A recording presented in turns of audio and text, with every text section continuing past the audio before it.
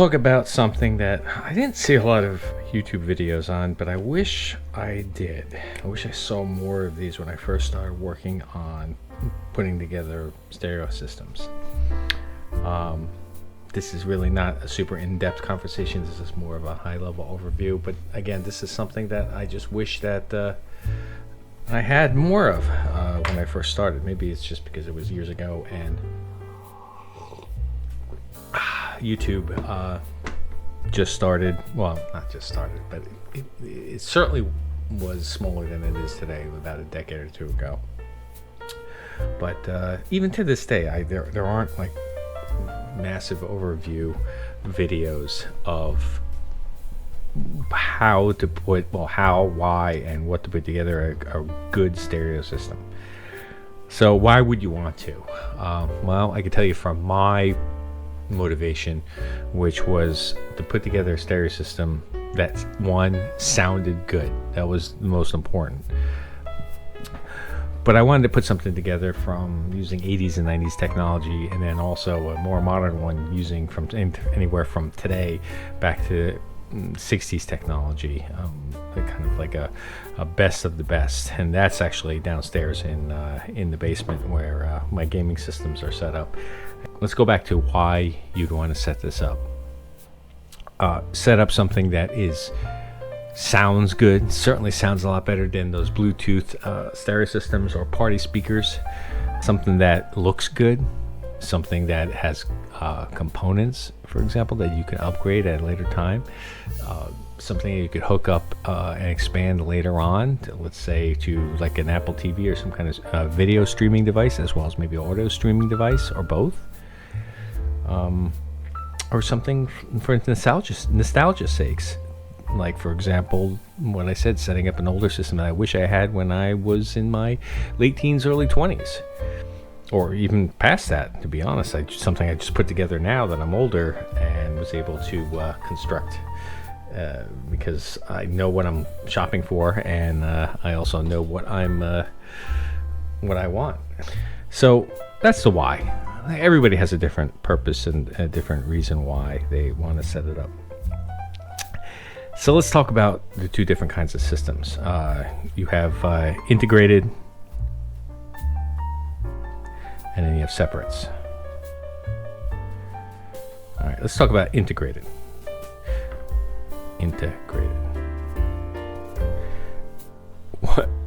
What would that look like? Well, the ultimate in integrated systems would be a boombox stereo from like the 80s, right? Think about it. You had speakers, you had an amp inside, you had a couple sources, which is your AM/FM tuner, and then cassette player, and you basically everything was integrated together. A preamp in there, which is able to switch between sources, as well as maybe even a graphic equalizer that could be set here, so you can do your adjust your levels, your line levels. So that would be the ultimate integrated. Another integrated, which would be a AV receiver, right? So in here you have an amp, preamp, probably a DAC, probably, let's say, amp, preamp, DAC, maybe a streamer, for example, and then you would have your speakers attached to the outside, for example, and then on top you would have a TV, for example. But everything is in the receiver. It's integrated. It's all together. You can't separate the amp from the preamp. You can't separate the DAC from the preamp, for example, or from the system itself. You might be able to put an external one, depending on the make and model. You might be able to bypass the power amp, for example. You might even be able to bypass the preamp, for example. But and I'll go through all those are when we start going through separates. But it's all together.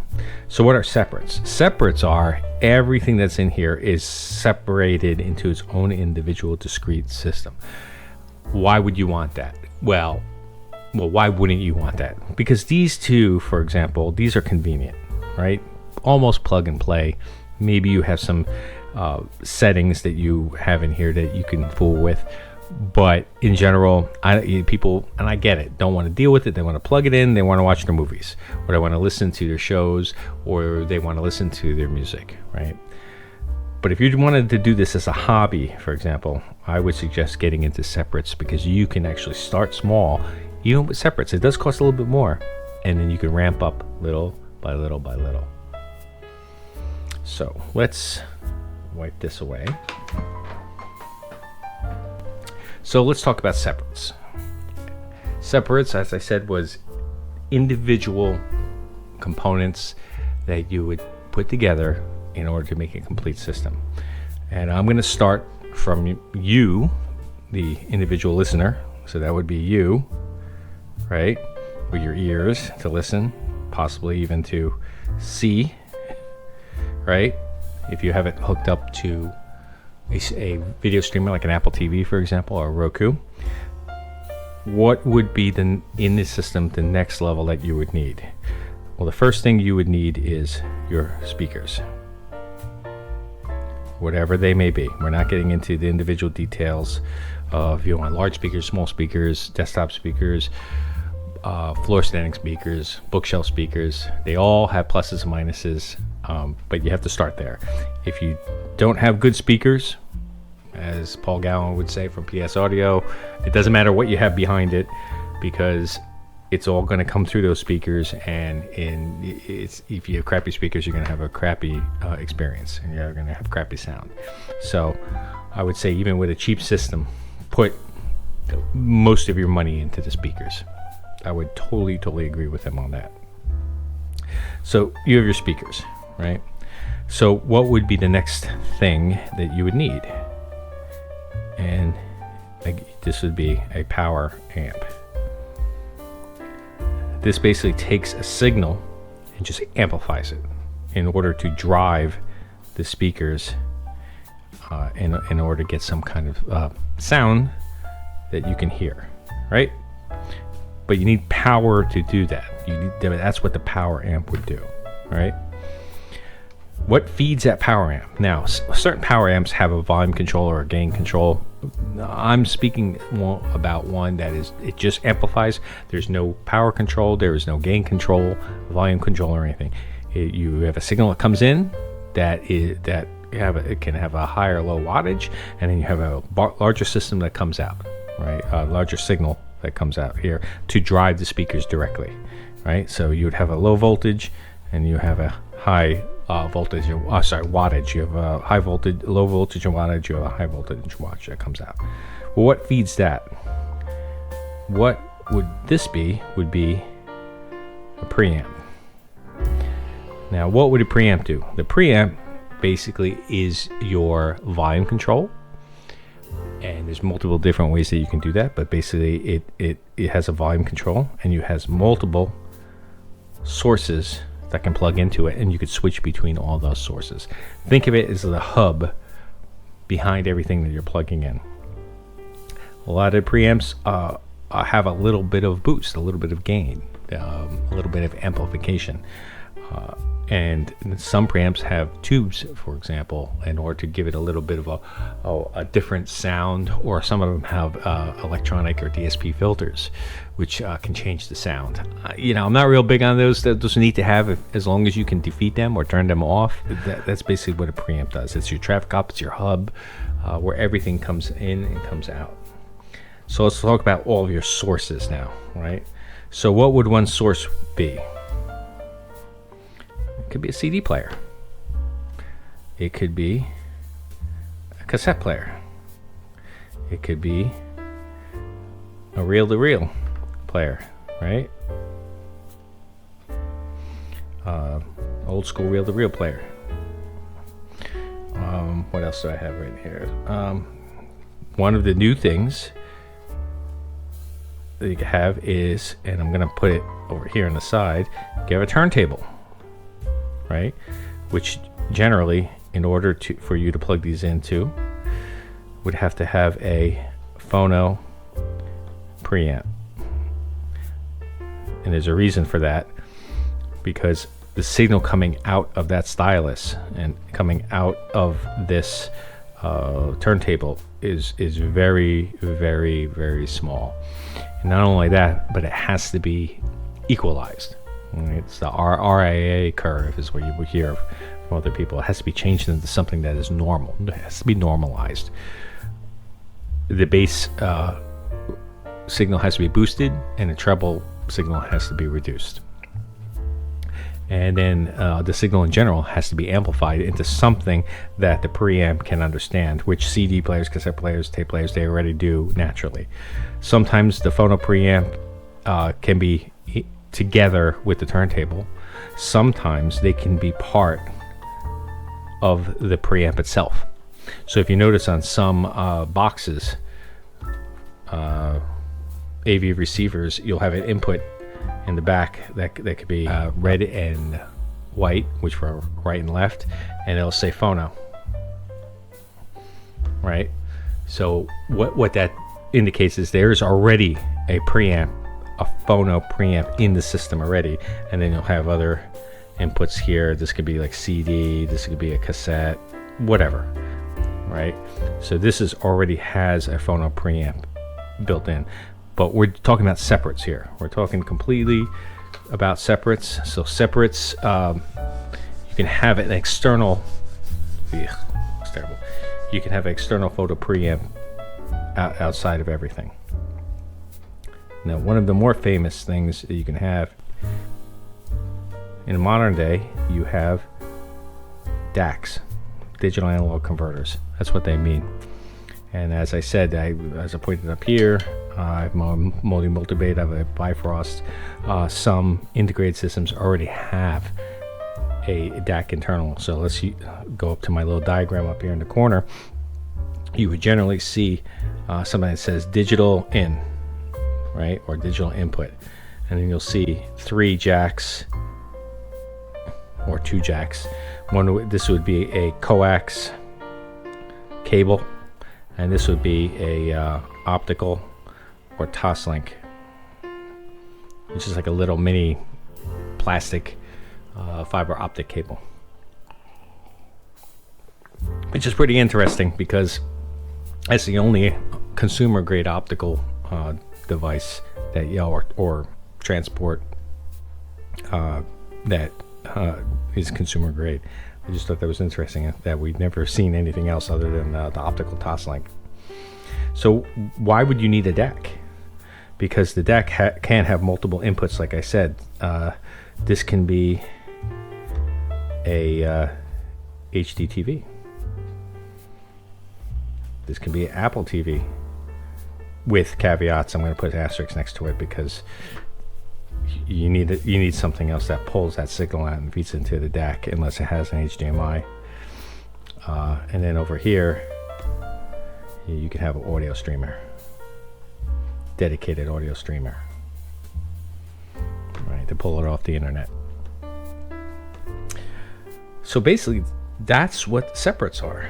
Did I get everything? Oh, and then you could have more old school systems. I'll break it over here. This could be a tuner, a AM/FM tuner. I have one of those. Just I kind of don't have good signal where I live, but I have one anyway, just to have it complete. One of the things that you could have over here on the preamp, which is the output, I'm going to show arrows that show you the signal. Notice the signal is in one direction here. Well, here you can have, I'll draw it differently, a subwoofer, right? And these would be your regular speakers, right? This is your subwoofer, which I highly suggest you have. And these, there you go. This is the way it goes. The way your signal goes in there. Totally suggest you have a subwoofer, right, in order to give you that bass sound. We could talk about that in a little bit. All right, we'll talk about what these connections are in a minute.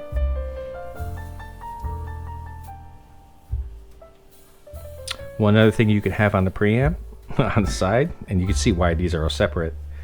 You could have another headphone amp. And down here, these can be, let's see if I can draw this real good. Headphones, for example. Again, the integrated could have all of these or most of these integrated into one box. We're talking about separates, right? Or this could even be a diagram for components within the system. You could have one or just some of these, right? All of these items you can buy new and you could buy modern. Or if you want to be adventurous, you could buy them used, new used, or you could buy vintage. And I've done both, and they're both great. You could buy, for example,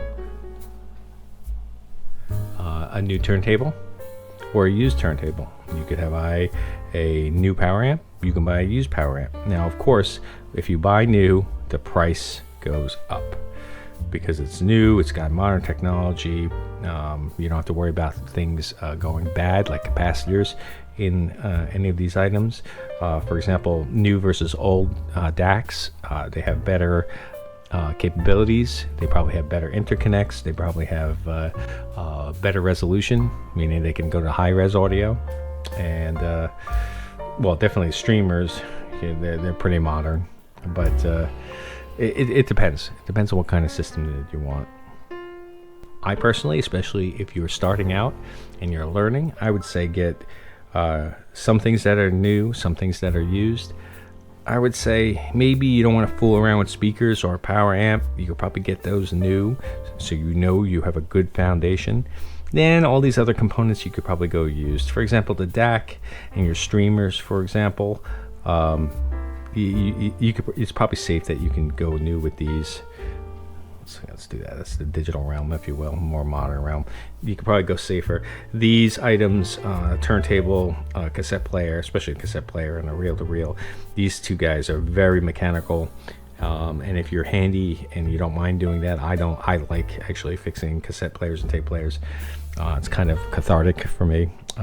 Getting them used can be a good deal, but you're gonna need to work them because they don't make modern cassette players. Well, they do. Tascam does, but the mechanism inside isn't very good. And they certainly don't make it in modern reel-to-reels as far as I know. Again, maybe Tascam does. I don't think so, though. Headphones and headphone amps, they're not huge costs unless you're really going crazy. By the way, any of these things can go for hundreds of dollars each to multi thousands of dollars each. It depends on how much money you want to spend. You could get like the Sony, what's it, CSS3s, I'll show a picture here, for a couple $100 that are very good. You go next level up to clip speakers, and then you go all the way up to Magnepans, which are multiples of thousands of dollars. I think they're thousands. It's the cost of a used car just for speakers, for example. So start off easy.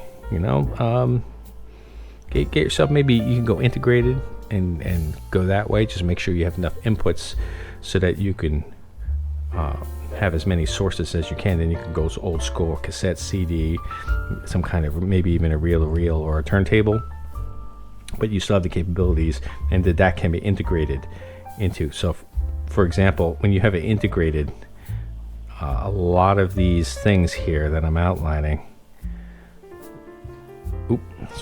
like that, a lot of these things here are in a lot of those systems right there. Those are all in one system. That is your AV receiver, for example. But you need to make sure you have enough sources in order to plug these into. So I hope that helps. It's just kind of like a high level. Kind of got a little complex with this. We can go into more in depth on each one of these. Real quickly, let's talk about how these are connected together. If you're going to do audio, if you're going to do analog, which are your CD, your cassette player, your reel-to-reel, for example, even your connection to your headphone amp. Notice that the signal goes out this way.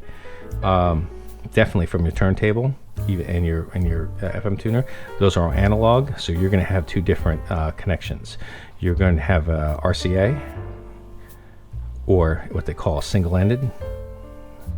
And those are the round plugs if you're looking at it head on, right? And it's kind of like a plug like this. And here's your cable, right? There's a little end that sticks out, right? And you're going to have left and right. And a little trivia here, the outside of this is ground, and then the inside is your signal, right? The inside little male connector part, right? Or you can have what they call balanced, right? And then you're going to see a connector like, I'm trying to think here, is it three dots? Yeah, I think it's something like that. And there's like a little cutout up here, right? And so that's a ballast connection, and you basically have two signal paths for each one. Well, this can be like right and left speakers, and then you have a ground, right? And that's a whole different how the balance works as a whole. It could probably be a whole episode where we could talk about this, but it's a better quality. It's usually higher strength. Normally these were for like long runs in a professional environment where it was prone to distortion or noise, and it's an excellent way to have long runs and not worry about noise, because it naturally, balanced connections will naturally eliminate noise. And then, like I said, for digital, you will have a coax, which is a cable that is similar to the RCA, but then close to it. In fact, they usually are interchangeable. You have your Toslink optical. It's that red little cable, if you will, or optical cable. And then another one that you can have is USB. So you could plug that into some streamers or computers, and it comes up as a source in your computer in the system area. And you do something that I've done for outside, or in my office or outside. You can have a mixing board, and then a microphone for karaoke, and it could mix in with everything else. And there's a way to integrate that here. Oh, one thing that I did not represent here, which I should probably have put in, which some people absolutely hate, and I absolutely love them, is I'm going to steal some space here from the power amp. And again, this could be integrated with the preamp, so I'm just kind of giving it its own box next to it. Equalizer. I love a good graphic equalizer. I love the dancing lights. I love the ability to be able to see the equalizer for each of the frequencies in order to change them. I just think it's cool. That's the retro part of me. I love, in addition, VU meters, anything like that. It gives, especially if you're not using a video streamer or Apple Music, for example, that gives you at least some kind of visual cue as to what you're looking at or what you're playing. It's giving you lyrics, it's giving you album art. The equalizer shows you exactly what is going through, and if you want, you can actually adjust.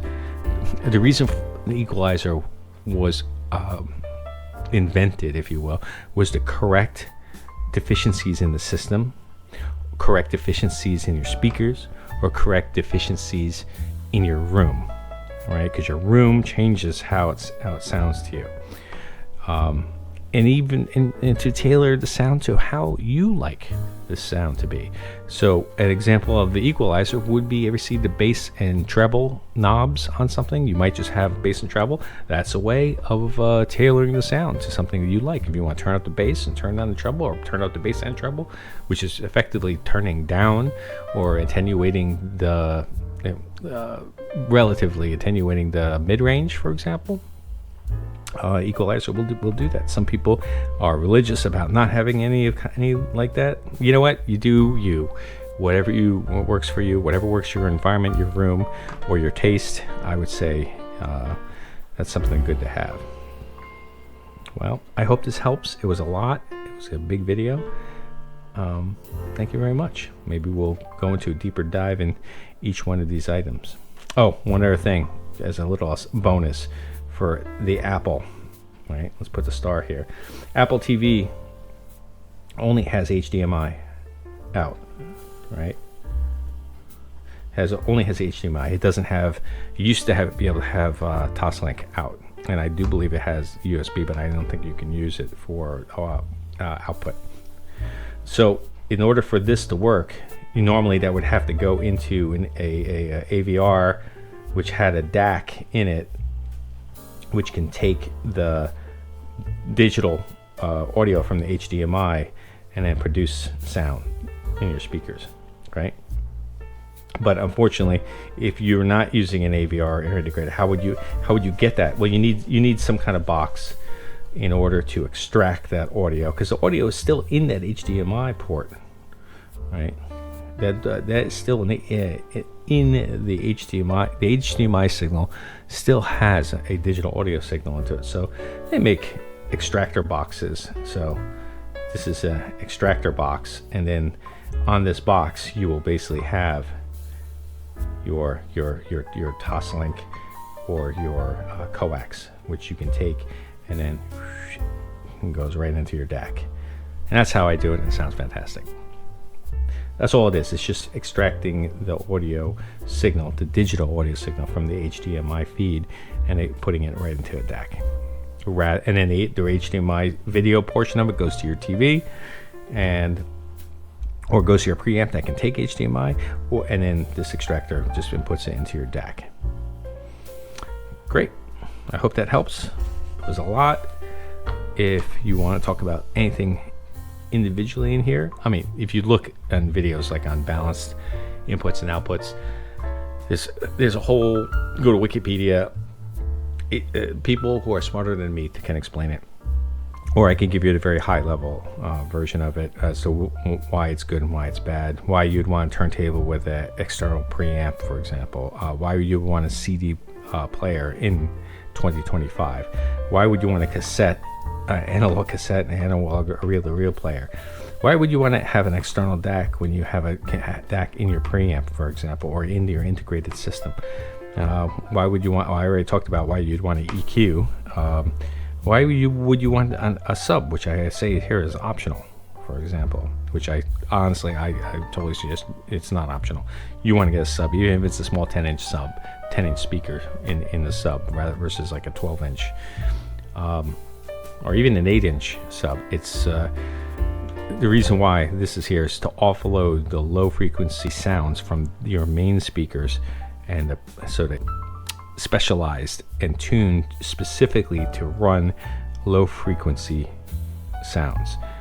Speakers here can produce low frequency sounds, but they just don't do it as well. They're not optimized for it. However, mid to high frequency, they do very, very well also. They have to struggle, especially if the smaller speakers, they have to struggle in order to produce those low bass sounds. So that way a subwoofer can do it for you. All right, that was my aside, or two asides between the sub and the Apple TV. I hope you find that helpful. It was a little bit longer than I wanted it to be. Almost 30 minutes. Thank you very much.